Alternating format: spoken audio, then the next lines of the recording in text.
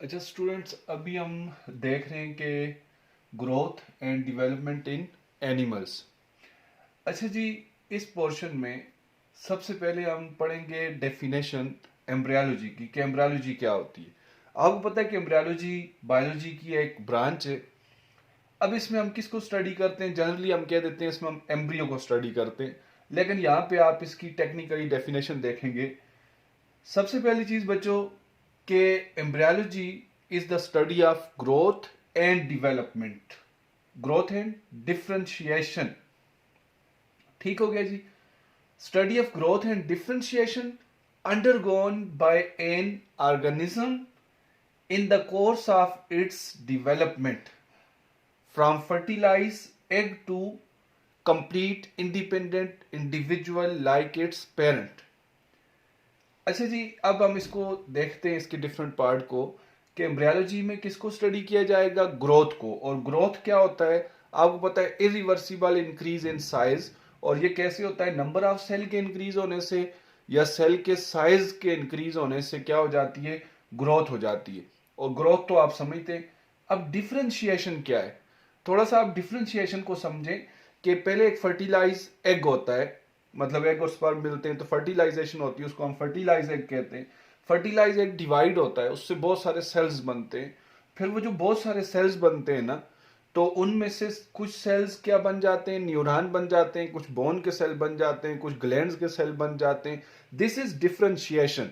कि पहले सारे सेल एक जैसे थे, फिर वो उनमें से डिफरेंट डिफरेंट उन्होंने शेप्स ले ली, डिफरेंट डिफरेंट फंक्शन स्टार्ट कर लिए। अच्छा, फिर वो जो डिफरेंट टाइप के सेल्स होते हैं ना, वो क्या करते हैं? वो मिल के डिफरेंट आर्गन बनाना शुरू कर देते हैं। जिस तरह न्यूरॉन मिल के ब्रेन, स्पाइनल कार्ड और नर्वस सिस्टम बनाना शुरू कर देंगे। ग्लैंडुलर सेल्स मिल के ग्लैंड्स बनाना शुरू कर देंगे, एंडोक्राइन और एक्सोक्राइन ग्लैंड्स। इसी तरह बोन्स के सेल मिल के बोन बनाना शुरू कर देंगे। तो मसल सेल मिल के मसल बनाना शुरू कर देंगे। तो this whole process is differentiation. पहले जाइगोट है, उससे फिर बहुत सारी तरह के सेल बनेंगे। उन सेल्स में फिर क्या, उनकी शेप और उनके फंक्शन चेंज हो जाएंगे। फिर वो मिलके डिफरेंट स्ट्रक्चर बनाना शुरू कर देंगे। This is differentiation. फिर आपने एम्ब्रियोलॉजी में क्या स्टडी करना है? ग्रोथ स्टडी करनी है और डिफरेंशिएशन स्टडी करनी है। ठीक हो गया। कहां से कहां तक एक ऑर्गेनिज्म की जब डेवलपमेंट हो रही होती है उसके दौरान, कहां से उसके फर्टिलाइज एग से लेकर उसके कंप्लीट इंडिपेंडेंट इंडिविजुअल बनने तक जितनी भी डेवलपमेंट हो रही होती है, और उस डेवलपमेंट के पीछे क्या होता है? Growth and differentiation. वो सारी स्टडी क्या कहलाती है? एम्ब्रियोलॉजी कहलाती है। अच्छा बच्चे, डेवलपमेंट क्या चीज होती है? अब डेवलपमेंट को जरा समझें। कहते हैं development is an ordered sequence of irreversible steps. ये एक इरिवर्सिबल स्टेप का एक सीक्वेंस होता है। बहुत सारे स्टेप्स होते हैं डेवलपमेंट में, और वो इरिवर्सिबल स्टेप होते हैं। मतलब कोई स्टेप वापस रिवर्स नहीं हो सकेगा। अच्छा, फिर अगली बात कहते हैं एक स्टेप होगा, उसके बाद दूसरा, उसके बाद तीसरा, चौथा, एक ऑर्डर सीक्वेंस ऑफ स्टेप होगा। और जो पहला स्टेप होगा वो बेसिस बनाएगा, it sets basis for the next step. और जो दूसरा स्टेप होगा वो कंडीशन को, जो जरूरी कंडीशन है तीसरे स्टेप के लिए, उसको क्रिएट करेगा। तीसरा स्टेप चौथे स्टेप के लिए नेसेसरी कंडीशन को सेट करेगा, उसके लिए बेसिस सेट करेगा। हर स्टेप अपने से अगले स्टेप के लिए कंडीशन बनाता है, फिर वो दूसरा स्टेप होता है, फिर तीसरा होता है, फिर चौथा होता है, और कोई भी स्टेप रिवर्स नहीं होता। तो दिस इज डेवलपमेंट। अब मैं इसको डिटेल में आपको समझाने लगा हूं अभी। तो डेवलपमेंट क्या है? This is an ordered sequence of irreversible steps and each step sets basis और creates necessary condition for the next step. तो ये डेवलपमेंट होती है। अच्छा, डेवलपमेंट तमाम एनिमल्स जितने भी हैं इनका एवोल्यूशनरी लिंक होता है। आपको पता है कहीं ना कहीं जाके इनके एंसेस्टर कॉमन जरूर होते हैं। तो एवोल्यूशनरी जो लिंक है इनके बीच में, उसी वजह से इनकी जो डेवलपमेंट के स्टेप्स होते हैं ना तमाम एनिमल्स के, तो वो सेम ही होते हैं। तो अब हर स्टेप के अंदर पहला स्टेप मतलब सब में होगा, दूसरा सब में होगा, तीसरा सब में होगा। अब पहला स्टेप कैसे होगा उसमें थोड़ी बहुत चेंजेस हो सकती हैं, दूसरा कैसे होगा उसमें थोड़ी बहुत चेंजेस, लेकिन कुछ जनरल स्टेप सब एनिमल की डेवलपमेंट में कॉमन होते हैं।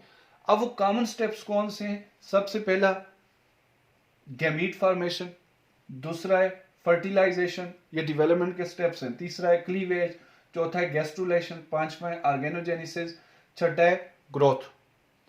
तो अब गैमीट फॉर्मेशन क्या होती है? आप देखें कि ये मेल गैमीट स्पर्म, स्पर्म बन गया, और ये फीमेल गैमीट एग, एग और स्पर्म का बनना गैमीट फॉर्मेशन हो गया। फिर फर्टिलाइजेशन, एग और स्पर्म आपस में मिल जाएं तो क्या होगा जी? फर्टिलाइजेशन हो गई। This is fertilisation. पहले ये 1n था, ये 1n था, ये 2n हो गया, ये फर्टिलाइज एग हो गया, जिसको हम जाइगोट कहते हैं। फिर बच्चे जाइगोट में क्लीवेज एक स्टेप होता है। क्लीवेज में आपको पता है कि अभी मैं इसकी डिटेल नेक्स्ट लेक्चर में समझाऊंगा, what is difference between cleavage and mitosis. ये एक टाइप ऑफ सेल डिवीजन होती है, माइटोसिस की तरह की डिवीजन होती है। तो इस तरह एक से दो सेल बन जाएंगे, तो इन सेल्स को ब्लास्टोमर्स कहते हैं। जब क्लीवेज होती है ना जाइगोट में, इन सेल्स को क्या कहते हैं? ब्लास्टोमर। ये ब्लास्टोमर्स हैं। ये 2 ब्लास्टोमर हो गए, फिर इस तरह 4 ब्लास्टोमर हो जाएंगे, फिर इसी तरह 8 हो जाएंगे, 16 हो जाएंगे, तो ये क्लीवेज होगी। अच्छा, क्लीवेज के बाद जब बहुत सारे ब्लास्टोमर्स बन जाते हैं तो उसके बाद गैस्ट्रुलेशन होती है। गैस्ट्रुलेशन होता है फॉर्मेशन ऑफ जर्म लेयर्स। आपने पढ़ा होगा डिप्लोब्लास्टिक एनिमल और ट्रिप्लोब्लास्टिक एनिमल। कुछ एनिमल में 2 लेयर्स बनती हैं यहाँ पे जर्म लेयर्स, कुछ में 3 बनती हैं।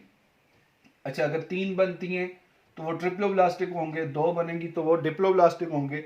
तो जो 3 लेयर्स बनती हैं उनमें एक एक्टोडर्म होती है, इसी तरह एक मीजोडर्म होती है और एक एंडोडर्म होती है। 3 जर्म लेयर्स बनती हैं। इस स्टेप को गैस्ट्रुलेशन कहते हैं। अच्छा, उसके बाद ऑर्गेनोजेनेसिस। ये जो तीनों लेयर्स होती है ना बच्चे, ये ऑर्गन बनाती हैं।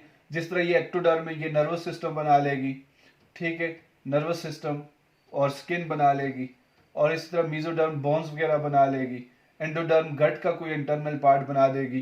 तो ये ऑर्गन बन जाएंगे, ऑर्गेनोजेनेसिस हो जाएगी। अच्छा, उसके बाद फिर क्या होगा? ग्रोथ होगी, फिर इसका साइज बढ़ना शुरू होगा। ये जो भी इंडिविजुअल है फिर इसका क्या होगा? साइज बढ़ेगा, ठीक है, साइज बढ़ता जाएगा। फिर इसके डेवलप, जितने भी इसमें ऑर्गन बने होंगे सबका साइज बढ़ेगा। तो एज ए होल इस ऑर्गेनिज्म का साइज बढ़ना शुरू हो जाएगा। तो ये आपने देख लिया कि डेवलपमेंट क्या चीज होती है, कि it is the sequence of irreversible steps, ठीक है, ordered sequence of irreversible steps. Ordered sequence क्या हुए? सबसे पहले गैमीट फॉर्मेशन होगी, पहले फर्टिलाइजेशन नहीं हो सकती। इसी तरह फर्टिलाइजेशन होगी, उससे पहले क्लीवेज नहीं हो सकती। ये भी याद रखें, और ये भी याद रखें, गैमीट बनेंगे तो फर्टिलाइजेशन होगी, पहला स्टेप होगा तो दूसरा होगा। फर्टिलाइजेशन होगी तो क्लीवेज होगी, क्लीवेज होगी तो गैस्ट्रुलेशन होगी। हर स्टेप अगले स्टेप के लिए बेसिस भी सेट कर रहा है। तो ये आपने डेवलपमेंट को भी समझ लिया और आपने एम्ब्रियोलॉजी को भी समझ लिया। अब बच्चे, हम यहाँ पे डेवलपमेंट के ये जो स्टेप्स हैं उनको डिटेल में स्टडी करने के लिए हम चिक को एज ए एग्जांपल स्टडी करेंगे। चिक डेवलपमेंट पढ़ेंगे। तो चिक आपको पता है बर्ड्स में आता है, बर्ड्स वर्टिब्रेट हैं। तो हम फिश नहीं लिया, हमने एम्फीबियन नहीं लिया, हमने कोई मैमल नहीं लिया, क्योंकि चिक के अंदर ये जो डेवलपमेंट के स्टेजेस हैं इनको स्टडी करना बहुत आसान है। और दूसरी बात मैंने पहले आपको बताई कि तमाम एनिमल एवोल्यूशनरी हिस्ट्री में एक दूसरे से मिलते जुलते हैं, उनके एंसेस्टर कोई ना कोई कॉमन है, तो इसलिए सबकी डेवलपमेंट भी तकरीबन एक जैसी होती है। अब गैमीट फॉर्मेशन में थोड़ा बहुत डिफरेंस हो सकता है, फर्टिलाइजेशन में कुछ डिफरेंस हो सकता है, क्लीवेज का जो पैटर्न है वो डिफरेंट हो सकता है, लेकिन क्लीवेज लाजमी होगी। गैस्ट्रुलेशन का पैटर्न डिफरेंट हो सकता है, लेकिन क्लीवेज लाजमी होगी। तो हर जो डेवलपमेंट का स्टेप है वो थोड़ा बहुत डिफरेंट हो सकता है किसी मैमल में या फिश में या किसी इनवर्टिब्रेट में, लेकिन ये स्टेप्स लाजमी होंगे। तो इसलिए हम सिर्फ चिक को एज एन एग्जांपल स्टडी करेंगे, उसके डेवलपमेंट के ये सारे स्टेजेस को डिटेल में स्टडी करेंगे नेक्स्ट लेक्चर में इंशाल्लाह।